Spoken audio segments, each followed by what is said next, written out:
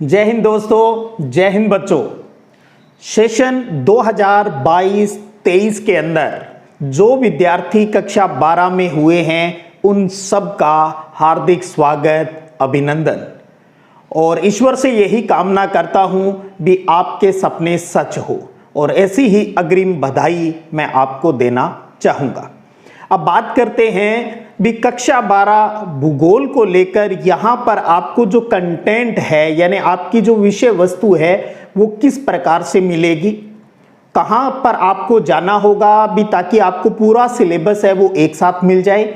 और साथ में बात करेंगे राजस्थान माध्यमिक शिक्षा बोर्ड का जो 2022-23 को लेकर जो सिलेबस है और उसका जो अंक विभाजन है वो किस प्रकार से रहेगा। चलिएगा बात स्टार्ट करते हैं। एक चीज तो सबसे पहले बताना चाहूंगा, अन्य राज्यों की तरह राजस्थान में भी एनसीईआरटी का सिलेबस है वो चल रहा है। पिछले साल में यानी 2021-22 का जो अपना सेशन था, जिन्होंने 2022 में बोर्ड परीक्षा दी है वो उनका पहला सेशन था एनसीईआरटी ज्योग्राफी के सिलेबस को लेकर। लेकिन कोविड टाइम था तो आपको पता है कुछ सिलेबस है वो कम कर दिया गया था। लेकिन 2022-23 के अंदर अब कंप्लीट सिलेबस आपको पढ़ना पड़ेगा। जैसा कि अब आप देख पा रहे हो यहाँ पर भी आपकी जो कक्षा 12 की जो भूगोल की किताब है ये दो भागों में है, यानी दो किताब है आपकी। एक बुक है मानव भूगोल के मूल सिद्धांत और दूसरी बुक का नाम है भारत, लोग और अर्थव्यवस्था। तो यानी इन दोनों किताबों से आपका एक पेपर आएगा और इस बुक के अंदर, दोनों बुक के अंदर जो कुछ दिया गया है वो संपूर्ण सिलेबस आपका है। अंक विभाजन हम जरूर राजस्थान माध्यमिक शिक्षा बोर्ड का पढ़ेंगे, लेकिन जो सिलेबस है, जो सारा सिस्टम है वो उन सभी स्टेट्स में सेम रहता है जहां पर ये किताबें हैं वो चलती है। चाहे वो हरियाणा हो, चाहे वो दिल्ली हो, चाहे सीबीएसई बोर्ड हो, चाहे यूपी बोर्ड हो, चाहे झारखंड हो, चाहे बिहार बोर्ड हो, तो वहां पर जहां ये सिलेबस चलता है एनसीईआरटी वाला, किताबें चाहे स्टेट बोर्ड छाप के दे रहा हो, बात सिलेबस की, करिकुलम की हो रही है भी वो कौन सा है, तो एनसीईआरटी सिलेबस। अब एक चीज 2021-22 में जो कंटेंट था वो सारा का सारा इस साल भी रहेगा। बस जो कुछ चैप्टर पिछली बार हट गए थे वो इस बार हमें पढ़ने होंगे।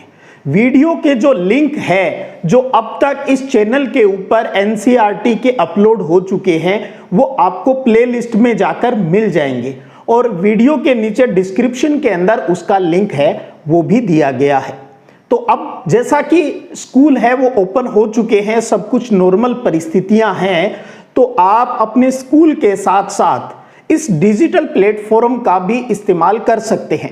30 मार्च 2020 को ये चैनल स्टार्ट हुआ था, तब से लेकर अब तक हजारों बच्चों ने यहाँ से स्टडी करके, वो भी विकट परिस्थितियों में, जब लॉकडाउन लगा हुआ था, कोविड के कारण बहुत सी विकट परिस्थितियां थी, यहाँ से पढ़कर अपने सपने हैं वो सच किए हैं।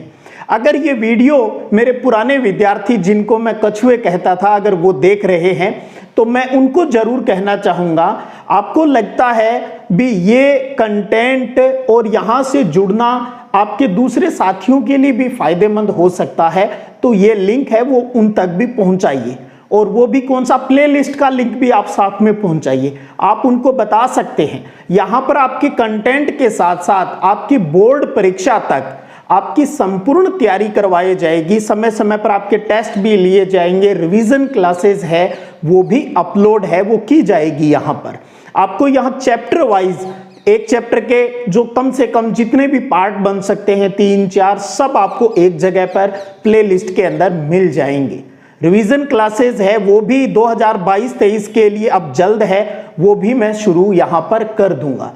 तो पूरा सिलेबस का सिस्टम क्या रहेगा आरबीएसई 2022-23 को लेकर, यानी 2023 में जो बोर्ड परीक्षा देंगे उनके लिए। तो सबसे पहले तो आप अपने, अब मैं स्क्रीन पर आपको चीज है वो दिखा देता हूं आपके सिलेबस का। आप देख सकते हैं यहाँ पर आपकी जो पहली बुक है मानव भूगोल के मूल सिद्धांत, इसके अंदर कुल 10 चैप्टर हैं। 10 चैप्टर के नाम यहाँ पर दिए गए हैं।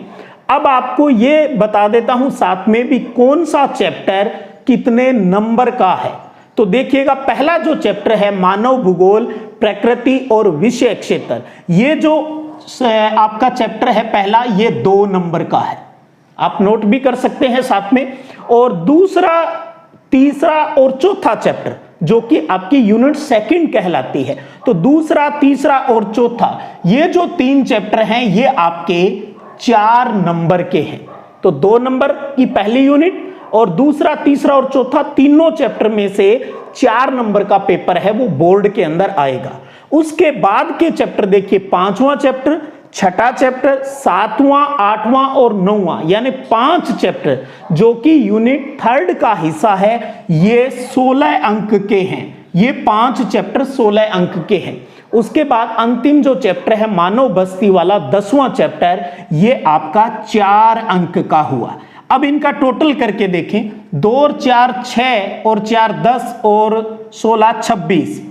पहली जो बुक है वो बोर्ड के अंदर आपके 28 नंबर की है, तो इसके अंदर साथ में 2 नंबर का वर्ल्ड का जो मैप है, विश्व मानचित्र का मैप, विश्व मानचित्र की वो लोकेशन जो आपकी फर्स्ट बुक के अंदर मानचित्रों में दी गई है, उनकी बात हो रही है।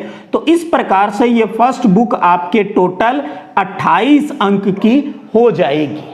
तो ये हुई फर्स्ट बुक का सिलेबस में जो चैप्टर हैं और उनका यूनिट वाइज अंक विभाजन किस प्रकार से है। अब बात कर लेते हैं आपकी सेकंड बुक की, और सेकंड बुक का नाम है भारत, लोग और अर्थव्यवस्था, और इसके अंदर टोटल 12 चैप्टर है। फर्स्ट बुक में टोटल 10 चैप्टर हैं जो कि 1 2 3 4 यूनिट और 5वां वर्ल्ड में, जो वैसे यूनिट नहीं कहेंगे, 4 यूनिट हो गई, और 2 नंबर का विश्व मानचित्र 28 नंबर का। सेकंड बुक के 12 चैप्टर की अगर बात करूं तो अब हम उनके अंक विभाजन की बात कर लें। यहीं पर मैं क्लियर कर देता हूं भी वो कौन से हैं, यहीं पर चैप्टर वाइज वो मार्क्स हैं वो मैं लिख दूंगा, आप उनको देख सकते हैं। पहला जो चैप्टर है जनसंख्या वितरण, घनत्व वृद्धि और संगठन वाला, ये चैप्टर पहला, और दूसरा प्रवास वाला, और तीसरा चैप्टर मानव विकास वाला। ये तीनों चैप्टर, पहला, दूसरा और तीसरा, ये आपके 4 नंबर के हैं। उसके बाद बात करूं चौथा चैप्टर मानव बस्ती वाला, देखिएगा फर्स्ट बुक में भी मानव बस्ती वाला चैप्टर है, वो विश्व के संदर्भ में है। सेकंड बुक जो इंडिया वाली है वो भी मानव बस्तियों वाला चैप्टर है, लेकिन वो इंडिया के संदर्भ में है, और वो चैप्टर आपका केवल 2 नंबर का है। 5वां, छठा, 7वां, 8वां और 9वां, 5 से लेकर 9 तक चैप्टर की अगर बात करें तो ये टोटल 14 अंक के हैं, ये 5 चैप्टर। उसके बाद में आपका 10वां और जो 11वां चैप्टर आप देख पा रहे हैं, परिवहन, संचार और अंतर्राष्ट्रीय व्यापार वाला, ये 2 चैप्टर आपके 4 अंक के हैं। उसके बाद अंतिम चैप्टर जो है भौगोलिक परिप्रेक्ष्य में चयनित कुछ मुद्दे और समस्याओं की बात करें तो वो 2 अंक का है। अब इनका टोटल फिर करके देख लें, 4 और 2 6 और 4 10, 20, 24 और 2 26 हो गए, हमें 28 करना है, तो 2 अंक का क्या हो जाएगा, इंडिया मैप हो जाएगा। तो ये भी कितना हो गया, 28 अंक का हो गया। तो फर्स्ट बुक भी बोर्ड के अंदर 28 नंबर की और सेकंड बुक भी आपके 28 नंबर की है। ये अंक विभाजन हो गया। यहां देखिए जो मैंने अंक विभाजन बताया है ये यूनिट वाइज है। चैप्टर वाइज अगर माध्यमिक शिक्षा बोर्ड बाद में जारी करता है तो वो भी आपको समय रहते बता दिया जाएगा जब भी बोर्ड जारी करेगा। यहां तो आपको अभी यूनिट वाइज ही इस चीज को समझना है जो बोर्ड ने जारी किया हुआ है। तो ये हो गई दोनों बुक का जो पाठ्यक्रम का विभाजन किस प्रकार से है और कौन कौन से चैप्टर हैं, कितने नंबर के हैं, उनकी बात। अब थोड़ी सी बात कर ले। अब आप ये सोच सकते हैं भी 2 बुक है, फर्स्ट बुक है ये आपके 28 नंबर की हो गई, सेकंड बुक जो है ज्योग्राफी की ये भी 28 नंबर की हो गई, टोटल हो गई आपका रिटन जो पेपर होगा वो 56 नंबर का होगा। तो ये हो गया रिटन एग्जाम जो कि बोर्ड आपका लेता है मार्च के अंदर। उससे पहले आपको पता है आपके जो स्कूल के अंदर जो टेस्ट होते हैं, जो हाफ ईयरली एग्जाम होते हैं, उनके 20% मार्क्स भेजे जाते हैं बोर्ड के अंदर। क्योंकि ये प्रैक्टिकल सब्जेक्ट है तो तीनों टेस्ट और हाफ ईयरली मिलाकर 70 नंबर का ही काम होता है और 70 का 20% निकालते हैं तो ये 14 अंक हो जाते हैं। तो इनका अगर हम टोटल करते हैं तो ये कितना हो जाता है, 70 नंबर। तो आप समझिए बोर्ड के अंदर 56 नंबर का एक पेपर होगा। 14 अंक में से जितने भी आपके अंक आएंगे, जो परफॉर्मेंस होगी उसके आधार पर अंक स्कूल से भेजे जाएंगे। इन दोनों का योग हो गया 70। अब आपका क्वेश्चन हो सकता है भी टोटल ऑल ओवर तो 100 नंबर का है, तो क्योंकि भूगोल अन्य प्रैक्टिकल सब्जेक्ट की तरह इसके अंदर भी एक प्रायोगिक परीक्षा होगी, और वो जो प्रैक्टिकल जो एग्जाम है वो आपका 30 नंबर का होगा। तो ये हुआ आपका 100 अंक का काम, जिसमें आपका प्रैक्टिकल सब्जेक्ट नहीं है। जैसे फॉर एग्जांपल हिस्ट्री की बात कर ले, पॉलिटिकल साइंस की बात कर ले, हिंदी की, इंग्लिश की, उनकी बात कर ले, तो आप देखेंगे बोर्ड के अंदर उनका 80 नंबर का पेपर होता है और 20% स्कूल से जाते हैं, तो उनका 80 + 20 यानी 100 का हिसाब किताब रहता है। हालांकि ये सारी कहानी आप 11वीं क्लास में अगर आपके पास यही सब्जेक्ट रहा है तो आप इस कहानी को पूर्व में भी परिचित हो, ऐसा नहीं है भी आज आप फर्स्ट टाइम देख रहे हो। तो अब हमें ये तो फाइनली बोर्ड के अंदर मार्च में क्या होना है वो चीज है। कुल मिलाकर एक ही बात क्लियर कीजिएगा, आपको कंसेप्ट सीखना है, आपको रट्टे नहीं मारने हैं। मैं आपको एक ही बात कहूंगा, आप मेरे वीडियोस देख सकते हो, मेरा एक ही उद्देश्य रहता है भी बच्चे का कंसेप्ट क्लियर हो, क्योंकि रट्टे मारकर हम नंबर तो ले आएंगे, लेकिन ये चीजें जब भविष्य में जब हम कोई प्रतियोगी परीक्षा में बैठेंगे तो फिर वहां पर ये रट्टे इतने काम नहीं आते। इसलिए आप समझ पर जोर दीजिएगा। जब चीज आपके समझ में आ जाती है, आप उनसे बात करेंगे ना, टॉपिक से गौर करेंगे, एक बार नहीं 2 बार 3 बार 4 बार, आपका जितना मन करे, जब आपको लगे भी हाँ अब मेरे कुछ समझ में आने लग गया, वहां तक आप इसके साथ बातें कीजिएगा, सिलेबस के साथ हर टॉपिक क्लियर होगा। कई बच्चे कहते हैं फलां सब्जेक्ट हार्ड है, फलां सब्जेक्ट इजी है। कुछ हार्ड और इजी नहीं होता। जिस दिन आपकी जिस सब्जेक्ट के साथ दोस्ती हो जाती है ना, वो आपका सबसे फेवरेट सब्जेक्ट हो जाता है। जैसे आपको किसी का साथ अच्छा लगता है तो आप ये कहते हो भी ये मेरा बेस्ट फ्रेंड है, ये मेरे बाकी के क्लासमेट है। तो यही बात सब्जेक्ट को लेकर भी होती है। कोई भी सब्जेक्ट खराब नहीं होता, हर सब्जेक्ट की अपनी एक इंपॉर्टेंस है। समझिएगा, उसके साथ दोस्ती कीजिएगा और सपने सच होंगे, और ये हर चीज आपको क्लियर करवाएंगे अगर आप इनसे सच्ची दोस्ती कर लेते हैं। तो दोस्ती करनी है, घबराना नहीं है, और अपने अंदर एक विश्वास रखना है। अपने ऊपर विश्वास रखिएगा भी मेरे हर चीज समझ में आ रही है, मुझे सब कुछ समझ में आ रहा है, कोई सब्जेक्ट हार्ड नहीं है। बस क्लासरूम में जागते रहिएगा। चाहे यहाँ पर आप डिजिटल प्लेटफॉर्म पर पढ़ रहे हो, चाहे आपका क्लासरूम का जो कक्ष है वहाँ की बात हो, वहाँ जो टीचर पढ़ा रहे हैं, जिस टाइम जो चीज़ आपको आपके अध्यापक, आपके शिक्षक बता रहे हैं, उनको गौर से सुनिएगा।